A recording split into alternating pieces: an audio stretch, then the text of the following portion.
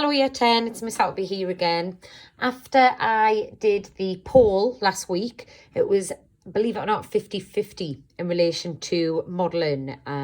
What shall I do, language or literature? So I'm going to have to do both.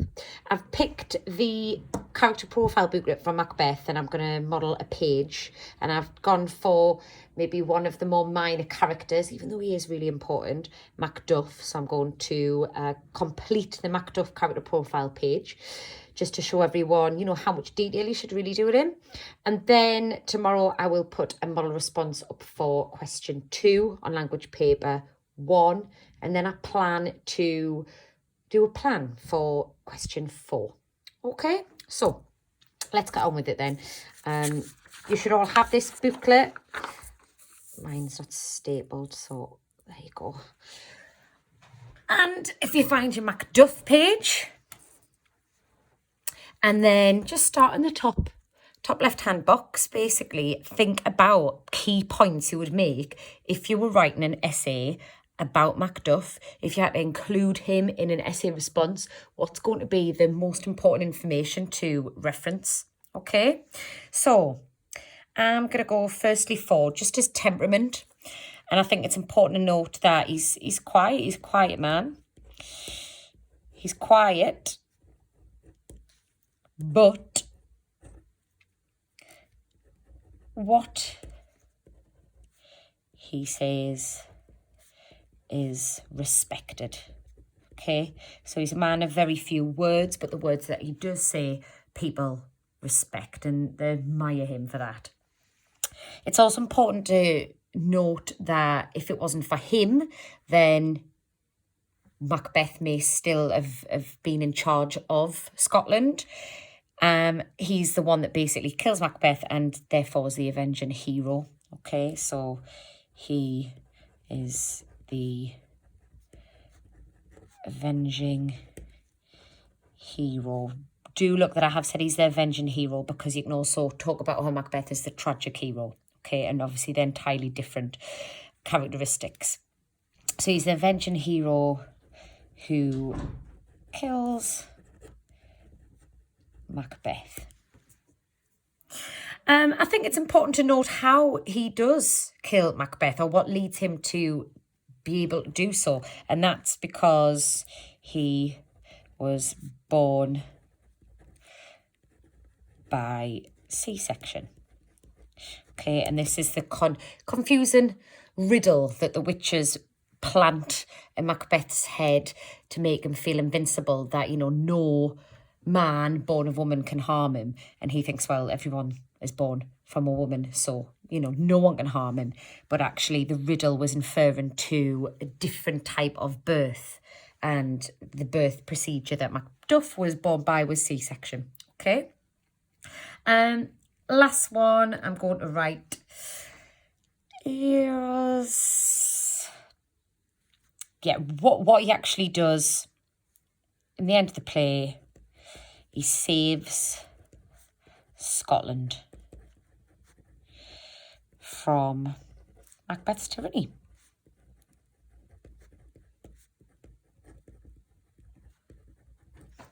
Okay, just in case you can't see that there, I'll just zoom it in and then move on to the next box. Okay, so the next box I'm going to do is the one underneath. And really, for this section, you just need to have a quick look at your copy of the play and think, oh, what was the first line and what was the last line? I would just use literally that last line within the play, or the first line said within the play, because I don't want you to write, his whole chunk of speech, just the last line and the first line. So I'm going to start with the first line, which is, it's in Act 2. I'll just put up here, Act 2, Scene 3. Okay. And the line is, was it so late, friend,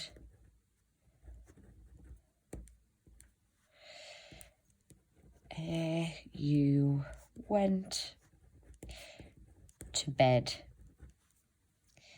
that you do lie.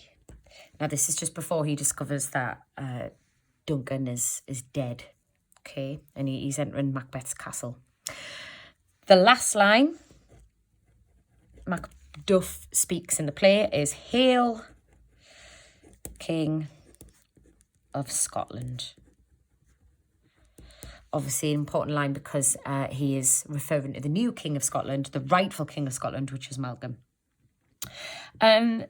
With regards to this box, in every character profile, I've asked the same question. Has he or she changed during the play? You don't have to say they have, but if they have, talk about why or how they've changed. But as much as you can, try and think of any ways they have changed. Now, if you think they haven't at all, again, explain why that character hasn't changed, okay? Now, I think that when we look at Macduff in relation to change, that he has changed because of what he loses. So the more he loses, the more determined he becomes to get a vengeance with Macbeth because of the fact that Macbeth kills his family, his children and his wife. So I'm going to say he has nothing to lose in the end. He becomes more determined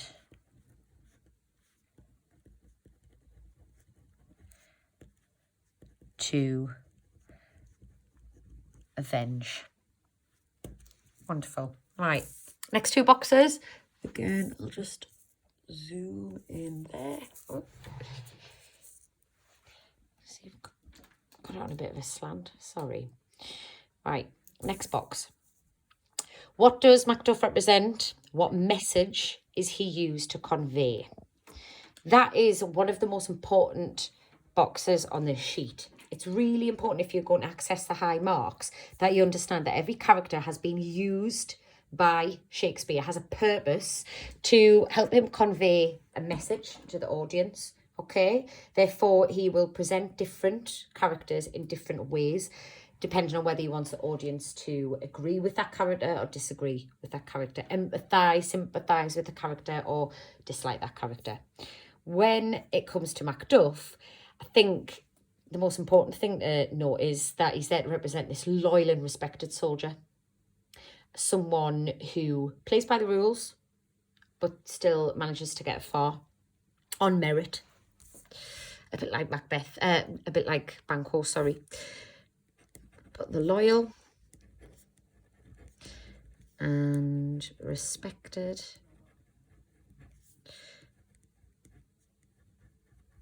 soldier who plays by the rules.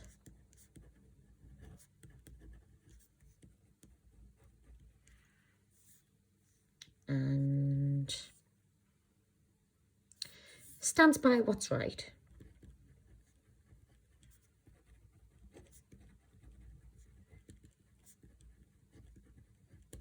There you go.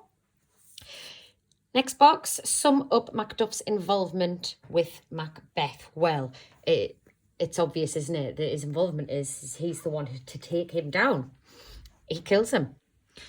And it's not some sort of moment that's just sort of been plucked out of thin air. He plans it. He doesn't really trust him from the moment he discovers that Duncan is dead.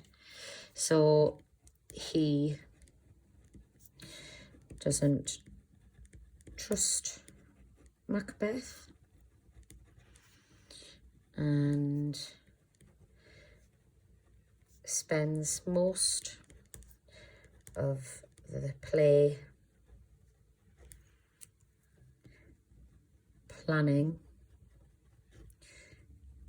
to fight. Listen, I haven't got enough space now. Planning to fight against him. Obviously, we know that he doesn't just plan to fight against him. He does fight and he wins.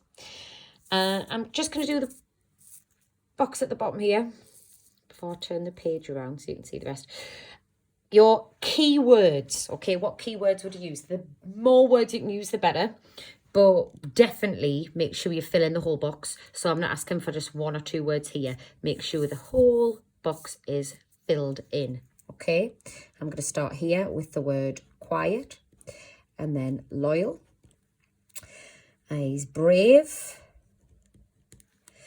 He's passionate. Something I really like about him. He's not afraid to show his emotions. I'm going to put emotional as well, actually. Emotional and level-headed. He's not taken in by Macbeth at all. Okay, last but not least, your 6 quotations. Now, please, please, please, these come with a warning. I don't want you to just look for 6 quotes that start with Macduff, okay? Can you make sure that you do choose your quotations wisely and you choose quotes because you think, yeah, if I was to have to write about Macduff in the exam, these are the best quotations to use. So don't just look for the first 6. If you can, look throughout the play and look for some of the first things that he says all the way up to the end. Okay, and look at the imagery that's been used in the writing and what it reveals to the audience about him. Okay, I'm going to start with the first one, which is basically when he finds out that Duncan is dead, and that starts with, "Oh, horror, horror, horror." Now you could stop there and look at the repetition of horror, okay, just to show how shocked and devastated he is. However, I think the part that comes after that is really image heavy, so it's probably better, really. So I'm going to continue with this quotation. "Tongue, sorry, no heart, cannot conceive, no name, thee." And again, he's referring to what he has just witnessed, and that's Duncan dead in his chamber. Quotation 2 comes just after this, and it's when other people in Macbeth's castle are going to actually see what has happened in Duncan's chamber, and he speaks to Lady Macbeth, and I love this line because it's just really telling and highly ironic. Let's see if it can work out why before I tell you. So, "Oh, gentle lady," remember this is Macduff talking to Lady Macbeth, "'tis not for you to hear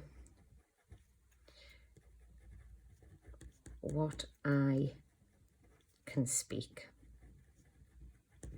Now, of course, the irony is hidden here in the fact that Macduff is calling Lady Macbeth gentle when we know what she has just planned and pushed her husband to do, which was kill King Duncan. And, of course, the fact that he says, "'tis not for you to hear what I can speak." Like, women should not know of such tragic news, and they certainly shouldn't see a dead body of a king in his bed. Highly ironic, because if it wasn't for her, then he'd probably not be dead in his bed that night.